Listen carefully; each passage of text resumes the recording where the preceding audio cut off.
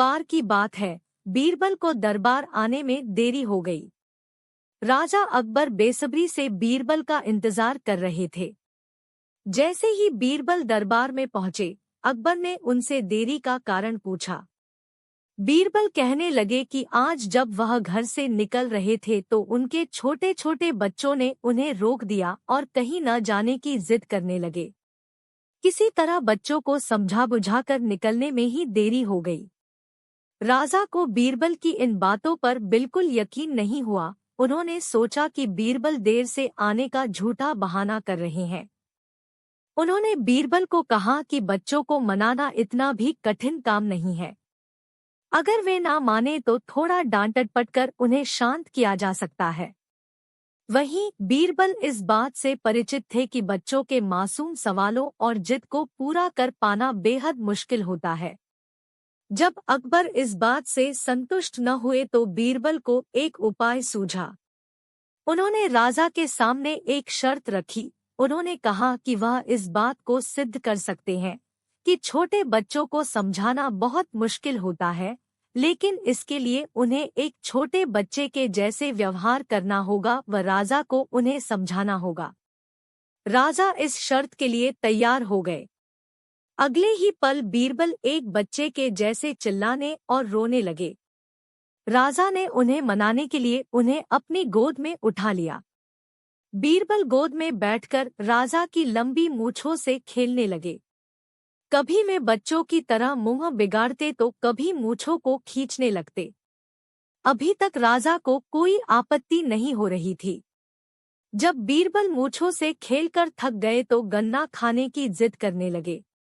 राजा ने बच्चा बने बीरबल के लिए गन्ना लाने का आदेश दिया।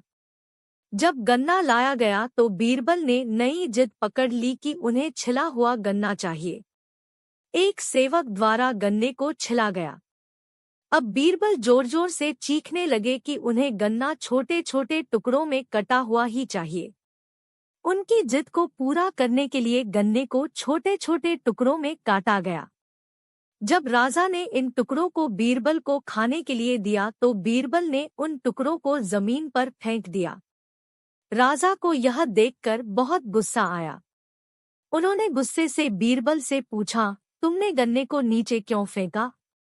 चुपचाप से इसे खा लो। डांट सुनकर बीरबल अब और भी जोर से रोने व चीखने लगे।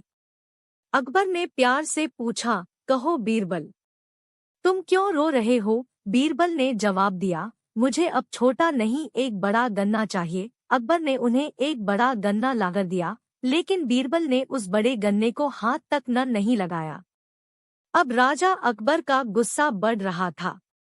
उन्होंने बीरबल से कहा कि तुम्हारी जिद के अनुसार तुम्हें बड़ा गन्ना लाकर दिया गया है, तुम इसे न खाकर रो क्यों रहे हो? बीरबल ने जवाब दिया, मुझे इन्हीं छोटे छोटे टुकड़ों को जोड़कर एक बड़ा गन्ना खाना है। राजा ने बीरबल की इस जिद को सुनकर अपना सिर पकड़ लिया और अपनी जगह जाकर बैठ गए।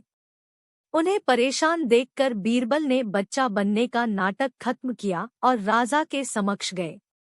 उन्होंने राजा से पूछा, क्या अब आप इस बात से सहमत हैं कि बच्चों को समझाना यकीनन एक मुश्किल काम है? राजा ने हाँ में सिर हिलाया और बीरबल को देख मुस्कुराने लगे। कहानी से सीख।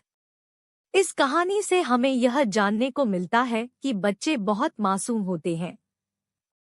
अक्सर हम उनके नादान सवालों का जवाब नहीं दे पाते हैं, लेकिन फिर भी उन्हें प्यार से समझाकर व अनेक उदाहरण देकर उनकी जिद व जिज्ञासा को शांत किया जा सकता है।